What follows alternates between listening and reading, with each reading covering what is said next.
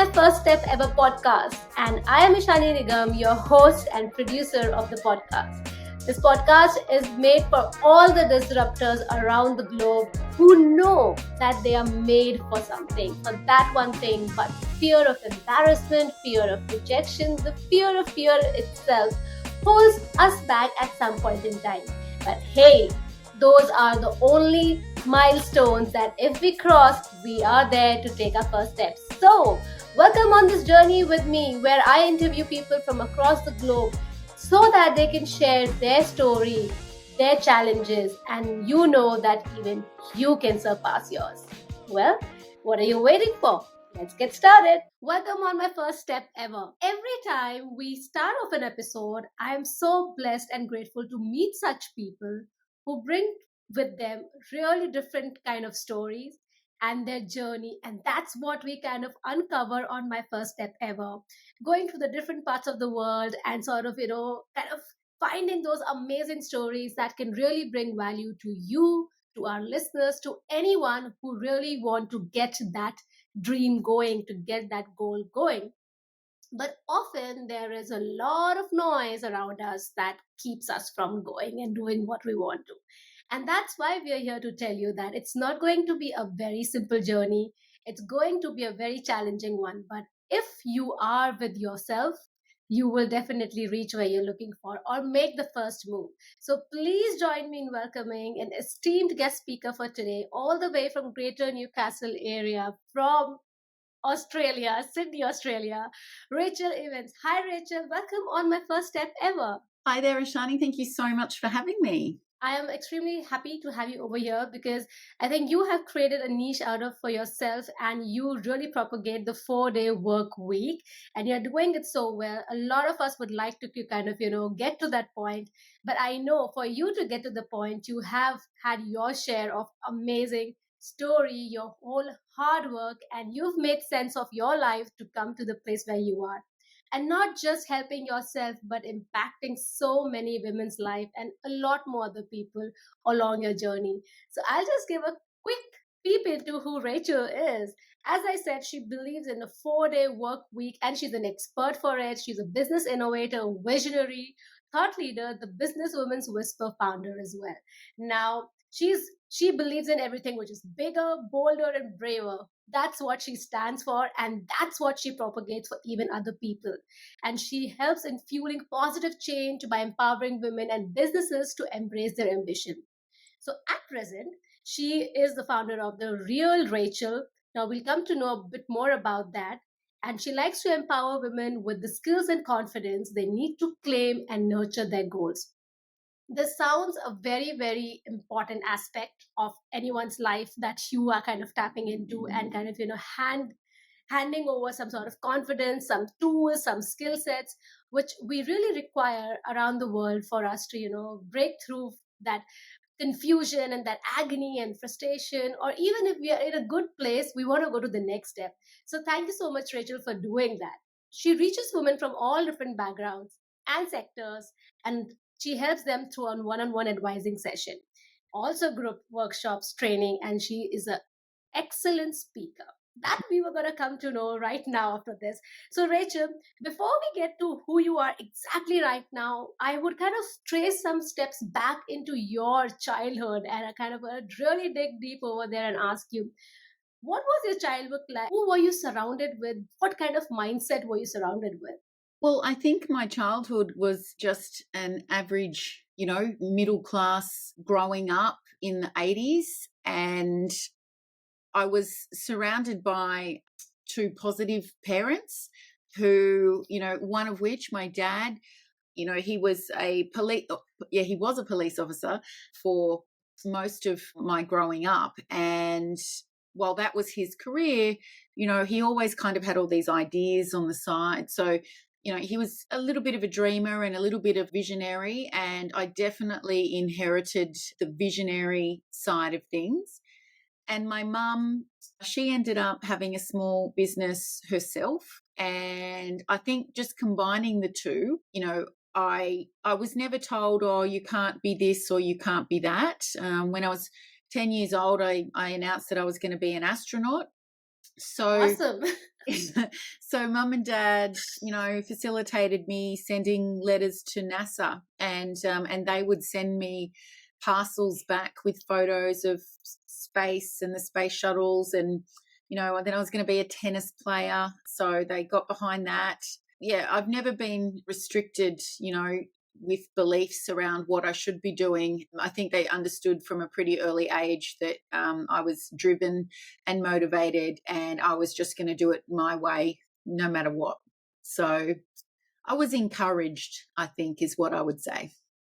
Yeah, that's actually a very, very great learning over here for a lot of us who are probably, they have like little kids or someone who would like to kind of go into, a parenting phase really soon, how probably you are able to kind of seek support. But I'm really happy to know that you had a blessed upbringing. That kind of support, when you get from the very beginning in your formative stage, it really sort of sets you apart in the way you think for yourself, and how the kind of confidence it kind of builds in you. And you mentioned that your father was a police officer for the major part of your growing up life, as you mentioned, which is really, really amazing, because I think it comes with its own perks, but also, a kind of a little bit of uncertainty as well. It's very, very challenging. So I would like to kind of understand from this, when you were growing up, you definitely was this really confident person, voicing what you want, and you had that support kind of going forward. So you kind of change a bit of different careers even while growing up. You had your own bit of play. When you sort of reached the university, you were in that zone where we are the most fragile age, people can influence us. And how was your time around that time? Were you surrounded by same kind of people who sort of helped you, supported you kind of grow, or you did have a little bit of a different situation, but you within yourself grew even stronger because of that repulsion? Yeah, I was not around a tribe of people at that age that thought like me. I did go to university straight from school, but about a year and a half in, I got really bored. And the degree that I was working towards qualified me, I suppose, to work in a certain type of job. And I thought, why don't I just go and get this job right now? So I left university and went off to do that. And that was in five-star hotels. Sort of worked out about 9 months into that I didn't want to do that either. So for my early 20s, I really just sort of moved around sampling different jobs. Experimented. But one thing that I was always really good at was sales. And I was also, because I was good at sales, I was also good at helping other people be good at sales or be good at doing their job. So I was often elevated into positions where I'd be a mentor for other team members, teaching them how to do something that I'd become good at. So sort of into my mid to late 20s, I was starting to recognize that I probably shouldn't have been an employee. I would start a job and I would quickly see the areas of growth in that business and how things, if they were just done a little bit differently, perhaps there'd be more growth. The supervisors or the owner of the business weren't always receptive to that type of feedback. So after I was actually a mum by this time, and after my second child, I just decided that I had to do something for myself. I had to be self-employed. And at the time, my second child, my son, was very small, and I knew I didn't want him to go to daycare all the time, but I wanted to still be able to start my own business. And I actually went in and got myself qualified as a personal trainer and a group fitness instructor and started an outdoor fitness business. So it was probably very left of field from, the sort of corporate roles that I'd had before. But really being a personal trainer, working one-on-one with people, getting them to move their bodies and do things that they didn't necessarily want to do or think they could do, is where I learned about human behavior and how to motivate someone to push beyond their comfort zone and, do things that they didn't think were possible for them. So it was actually a huge learning curve and a massive education.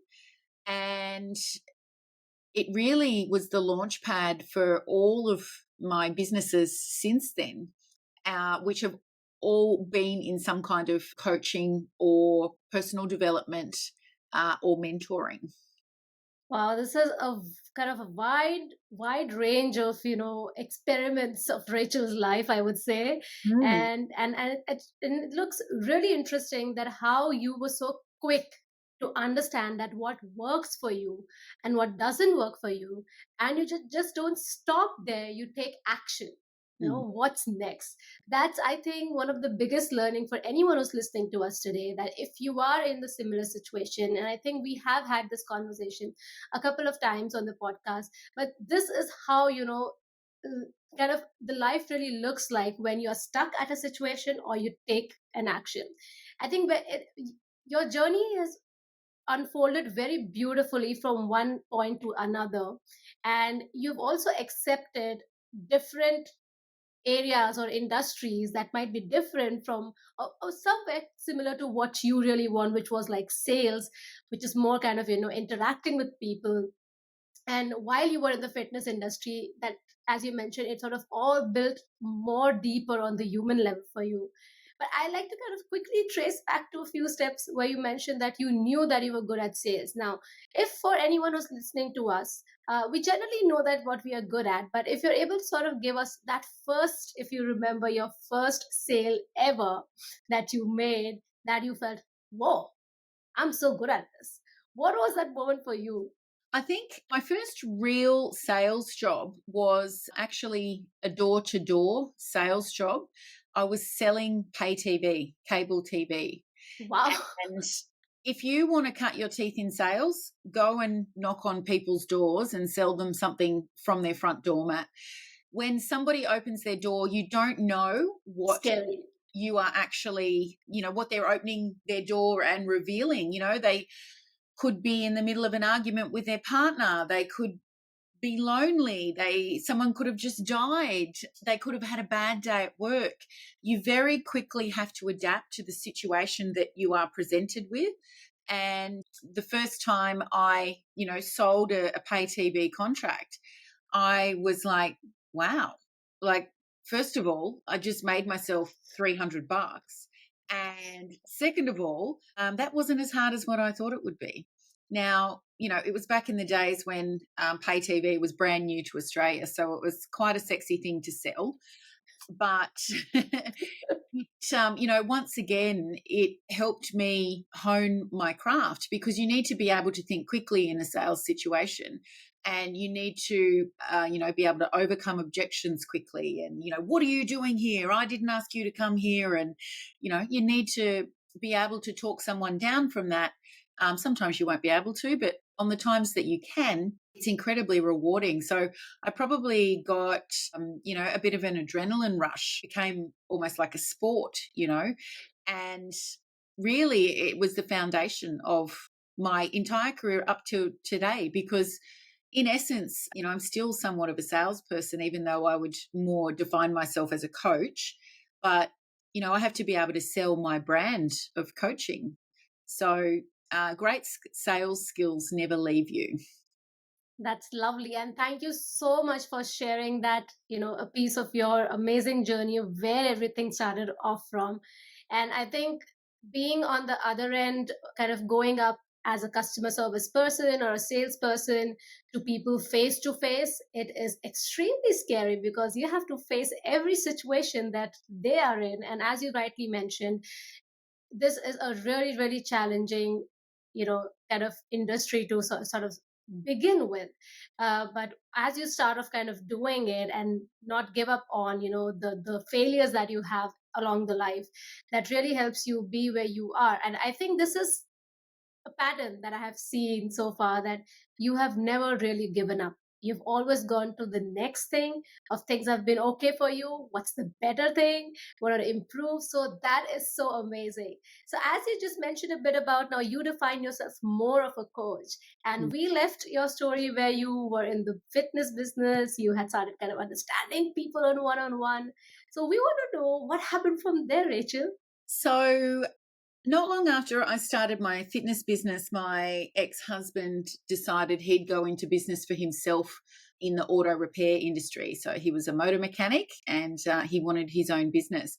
So we ended up purchasing fixed premises, a workshop, and as it turned out, that required far more of me than we had anticipated. And I ended up closing my fitness business to be able to devote my attention to getting this workshop up and running. At the time, we just had our third child. She was just a baby. And this time, unfortunately, she did have to go to daycare so that I could, be around the workshop at least during school hours, 5 days a week. But that business I grew, within 18 months from turning over next to nothing to turning over just under $1 million. And Wow. what the way that was done, obviously through great workmanship, of doing a great job by my ex-husband fixing cars. But what I'd done on the operating side was a mixture of, skills that I'd learnt through my various corporate type jobs, my sales skills, and my ability to train other people. So once, other workshops started to notice that, we were carving out a fairly nice slice of the local market, others started asking me if I could share with them what we'd done. So my first thought was, well, where are the coaches? In all the other industries that I'd worked in, there were specific coaches. There's 1,000 coaches in the fitness industry helping other fitness professionals grow their businesses. Where are they in the automotive industry? And I couldn't find any. So from my fitness business, I had already learned how to put a program online and to get people to that program. So I thought, well, I could do the same thing here, just recording what we'd done to be successful. And if I put it online, I could help auto repair shops all around Australia and probably New Zealand as well. I suspected, that things ran very similarly. Yeah. So what I did was I wrote module 1 and module 2 of an 8-week program. I hired a coach to help me refine that 8-week program and to also show me how to run ads on Facebook. And at the end of sort of working with that coach, I was ready to launch. And this is where the not giving up part really comes into play, because it actually took me 4 launches to get my first 4 clients. They all came on the 4th attempt at, starting this 8-week program. This is incredible. So I incorporated the company on the 1st of July 2014, and my first clients I got in the October. So once I had 4 people in, I thought, right, I better write the rest of this program. So I literally wrote the program 1 week ahead of where they were, because I did know early on, no point writing all 8 weeks if no one's ever going to do it. And that program called Auto Superstars Academy became, the flagship for that automotive specific coaching business, which is called the Workshop Whisperer. For 5 years, hundreds and hundreds of workshop owners went through that program. And, my offering evolved over time. The business evolved over time. I started to hire some team. And today, that is a multi-7-figure coaching business, that employs, I think we're at about 12 people today, and is largely run by our general manager. So I'm the CEO, and we have a great leadership structure inside that business that allows me to, do the 3 things that a CEO should be doing, which is to provide the vision for the business, to have overall responsibility for the liquidity of the business, so making sure the money's there for everything to be paid, and also having overall responsibility for the team. So, if someone significant left, the CEO would be in there to ensure that that position is filled. So that's my role at the Workshop Whisperer, and that actually allows me the time to step into the real Rachel, the businesswoman's whisperer, and help women who might find themselves, at the same stage as where I've been in my life, really wanting to bring their own thing to life, but just needing some guidance to do that. And I couldn't always find that guidance in another woman, who had, just trodden the path before me. So I very much take it as a serious responsibility to be that woman for other women. Okay, I think I have some really great takeaways from this journey. And first of all, thank you so much, Rachel, for sharing this in such great depth and detail, because we can see how challenging it is to get something started, to get to your first four clients. I mean, what if you're already given up for the second attempt? Mm. Usually people go for three attempts, and if that's not done, they feel like it's done. Yeah. But you did not stop there, and it's definitely kudos to a lot of people who have been in that, for in the journey from the very beginning to make it what it is today. But I think what determination that you brought to it was amazing. This is the greatest takeaway for me, for a lot of people listening to us today. If you really, really kind of believe in something, keep on trying. Maybe iterate, maybe experiment with different aspects of it. Maybe something did not fit right at the very beginning, or maybe the market was not ready, maybe the people are not aware.